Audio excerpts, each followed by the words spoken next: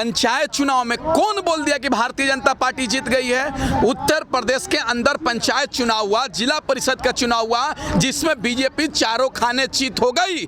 अगर बीजेपी को जनता वोट देती तो सबसे ज्यादा पंचायत समिति का सदस्य होना चाहिए था और जिला परिषद का सदस्य होना चाहिए था, लेकिन जनता ने वोट को नकार दिया। लेकिन भारतीय जनता पार्टी गुंडई के बल पर, बंदूक के बल पर, मारपीट के बल पर, दंगा फसाद के बल पर ये ब्लॉक प्रमुख अपने बनाने का काम कर रहे हैं, जिला परिषद का चेयरमैन बनाने का काम कर रहे हैं। अब बताइए, 2 दिन पहले लखीमपुर में आपने देखा होगा जिस तरीके से हमारी बहन को प्रस्तावक थी उसको जाने नहीं दिया जा रहा था, उनकी हाथों को रोक लिया गया, उनकी कपड़े फाड़ दिया गया। ये क्या है भाई? उत्तर प्रदेश के अंदर गुंडई नहीं है तो क्या है?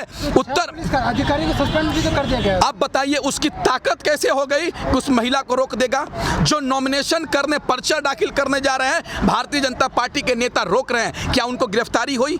आपने देखा होगा उत्तर प्रदेश के अंदर एक विपक्षी पार्टी का ब्लॉक प्रमुख के लिए नॉमिनेशन करने जाता है, पर्चा दाखिल करने जाता है, उसको किडनैप किया जाता है पुलिस के सामने, उसको मारा जाता है पुलिस के सामने। कैसे हो जा रहा है? ये समझ लीजिए कि उत्तर प्रदेश का मुख्यमंत्री ही गुंडा है तो गुंडई करेगा ही, स्वाभाविक है।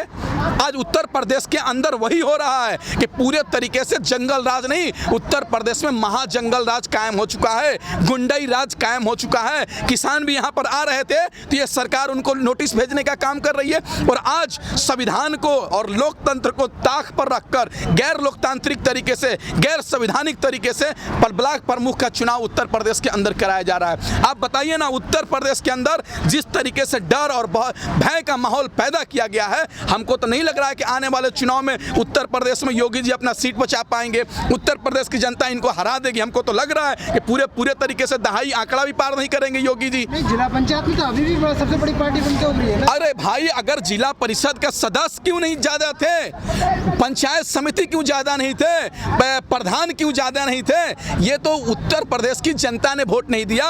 ये लोग तो बंदूक के बल पर, हथियार के बल पर, गुंडई के बल पर प्रमुख बनाने का काम कर रहे हैं, जिला परिषद अध्यक्ष बनाने का काम कर रहे हैं। आने वाले चुनाव में भारतीय जनता पार्टी जीतने वाली नहीं है। उत्तर प्रदेश ही नहीं, 5 राज्य में चुनाव है, उत्तर प्रदेश, उत्तराखंड और तमाम राज्यों में चुनाव है। वहां भारतीय जनता पार्टी का जमानत जब्त होने जा रहा है। भारतीय जनता पार्टी दहाई आंकड़ा भी पार करने नहीं जा रही है। जिस तरीके से बंगाल की जनता ने खेला करने का काम किया है, तो उत्तर प्रदेश की जनता इन भाजपाइयों के साथ खदेड़ा करने का काम करेगी, भाजपाइयों को भगाने का काम करेगी। कहेगी तुम किसान जब सड़क पर था तो तुम उसने मांग नहीं मानी, जब युवा रोजगार मांग रहा था तो तुमने उसने बात सुनने को तैयार ना था, जब महंगाई कम करने की बात थी तो तुमने बात सुनने को तैयार नहीं था, जब देश के आम नागरिकों के बारे में नहीं सोचोगे तो तुम सत्ता पे राज नहीं करोगे। उत्तर प्रदेश के अंदर और देश के तमाम हिस्सों में जहां भी चुनाव होगा तहां भारतीय जनता पार्टी चुनाव हारेगी। इस बात को आप मान लीजिए। आने वाले 2022 में उत्तर प्रदेश के अंदर और तमाम राज्य के अंदर भारतीय जनता पार्टी चुनाव हारेगी और 2024 के अंदर में भारतीय जनता पार्टी चुनाव हारेगी। देश से बीजेपी का नामो निशान मिटने जा रहा है, क्योंकि जिस तरीके से डर है, भय का माहौल पैदा किया गया है, उत्तर प्रदेश की जनता माफ नहीं करेगी। एक बात सुनिए ना, राफेल घोटाले को छुपाने के लिए, राम मंदिर के चंदा घोटाला को छुपाने के लिए मंत्रिमंडल को विस्तार किया गया है। एक बताइए ना, जब इंजन ही खराब है तो डब्बा बदलने से क्या होगा? जब सेनापति ही खराब है, नकारा है, आवारा है, तो सेना बदलने से क्या होगा? मोदी जी आप इस्तीफा दे दीजिए, हमारा देश बच जाएगा। जो देश का प्रधानमंत्री इस्तीफा दे देगा, हमारा देश अपने आप आर्थिक व्यवस्था से आगे बढ़ जाएगा, जीडीपी बढ़ जाएगा। मोदी जी इस्तीफा दीजिए, हमारा देश बच जाएगा। तो क्या प्रधानमंत्री के इस्तीफा देने से समाधान हो जाएगा समस्या? बिल्कुल। ये सरकार 7 वर्ष के अंदर जिस तरीके से एक भी काम नहीं करने का काम किया जनहित के मुद्दे पर, ये तो हम लग रहा है कि ये सरकार इस्तीफा देगी, अगले सरकार बनेगी जो देश के आम नागरिकों के बारे में सोचेगी, किसानों के बारे में सोचेगी, युवाओं के रोजगार के बारे में सोचेगी, महिलाओं के सुरक्षा के बारे में सोचेगी, देश के जीडीपी अर्थव्यवस्था के बारे में सोचेगी, तो थोड़ा सा खुशहाल हो गया देश। अच्छा, ये आप ये बताइए कि किसान अपनी समस्या का समाधान चाहता है कि सरकार को बदलना चाहता है? एक बात बताइए, सरकार किसने कानून लाया? ये कानून किसने लाया? मोदी जी ने लाया। तो मोदी जी से कह रहे हैं कि ये कानून वापस कर दो, वापस कर दो, वापस कर दो, तो नहीं कर रही है तो हम सरकार वापस कर देंगे, दूसरी सरकार को सत्ता में बैठाएंगे, वो सरकार ये कानून वापस कर देगी। अरे भाई, मोदी जी कानून लाए हैं तो मोदी जी ही वापस करेंगे ना, कि पंडित जवाहरलाल नेहरू करेंगे? बिल्कुल करेगी। नहीं करेगी उसको भी सत्ता से उखाड़ फेंकने का काम करेंगे। नहीं, एक बात सुनिए ना, अगर वो लाती है नहीं पूरा करेगी तो फिर सत्ता बदल देंगे। अरे भाई, सत्ता से हम नहीं हैं, सत्ता हमारी से सत्ता है, इस बात को मानिए। हम वोट देते हैं तो मोदी जी प्रधानमंत्री बने, हम वोट नहीं देते तो गुजरात में ही चाय बेचते हैं मोदी जी, इस बात को मान लीजिए। अगर देश की जनता, गुजरात की जनता मोदी जी को वोट नहीं दी तो क्या करते? चाय बनते ना, चाय ही नहीं बेचते, ना विधायक बनते तो ना मुख्यमंत्री बनते, ना सांसद बनते, ना तो प्रधानमंत्री बनते। तो क्या आप उनसे चिढ़ते हैं क्या? क्यों? हमारे प्रधानमंत्री जमीन ले लिए हैं का? हमारा प्रधानमंत्री खेत जोत दिए हैं का कि उनसे हम चिढ़ेंगे?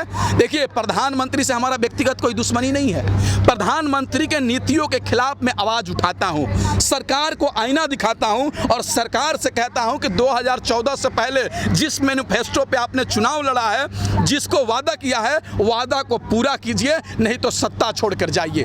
उन्होंने कहा था कि हर साल 2 करोड़ रोजगार देंगे, महंगाई कम करेंगे, डीजल पेट्रोल का दाम कम करेंगे, सिलेंडर गैस का दाम करेंगे, देश का आर्थिक हालात ऊपर करेंगे, जीडीपी को आगे बढ़ाएंगे। ये सब पूरा करो, हम तुमसे सवाल नहीं करेंगे। अच्छा, एक तरफ किसान अपनी मांगों पर अड़े हुए हैं, दूसरी तरफ सरकार अपनी अडिग है, तो क्या मूंछों का सवाल बन जाएगा? नहीं, मूंछ का सवाल नहीं है, ये किसानों का खेत की बात है, किसानों के अनाज की बात है। देश के जो प्लेट, देश के आम नागरिकों के प्लेट में खाना जाता है, रोजी रोटी की बात है। ये सरकार पीछे हटे और किसानों की मांग पूरी करे। किसान की, सरकार के मोच की क्या बात है? मोदी जी खेती करते हैं, कानून लाने से उनको क्या फायदा होगा?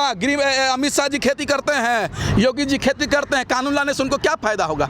इस कानून से अगर किसानों को फायदा ही होगा, अगर अच्छा कानून रहेगा तो चाचा का फायदा होगा, चाचा को फायदा होगा। लेकिन ये कह रहे हैं कि हमको कानून नहीं चाहिए, तो वापस कर दीजिए भाई। आप हमको 10 रुपए दीजिएगा तो मैं क्या बोलूँगा? थैंक यू बोलूँगा। हम नहीं लेना चाहें तो आप कैसे ज़बरदस्ती देंगे क्या? ये सरकार कह के, किसान कह रहे कि हमको कानून नहीं चाहिए, तो नहीं चाहिए, आप वापस कीजिए। एक बात बताइए, देश में 2 तरह के ये है, एक सरकारी हॉस्पिटल है, एक प्राइवेट हॉस्पिटल है। तो सरकारी हॉस्पिटल में बेहतर इलाज होता है या प्राइवेट हॉस्पिटल में बेहतर इलाज होता है? आप हमको बताइए। प्राइवेट हॉस्पिटल में होता है। जब देश में 2 तरह की मंडी होगी, एक सरकारी मंडी, एक प्राइवेट मंडी, तो किस में अनाज बिकेगा? प्राइवेट मंडी में। सरकारी मंडी बर्बाद हो जाएगी। जब सरकारी मंडी बंद हो जाएगी तो प्राइवेट मंडी वाला कहेगा इतने पैसे कुंटल धान लूंगा।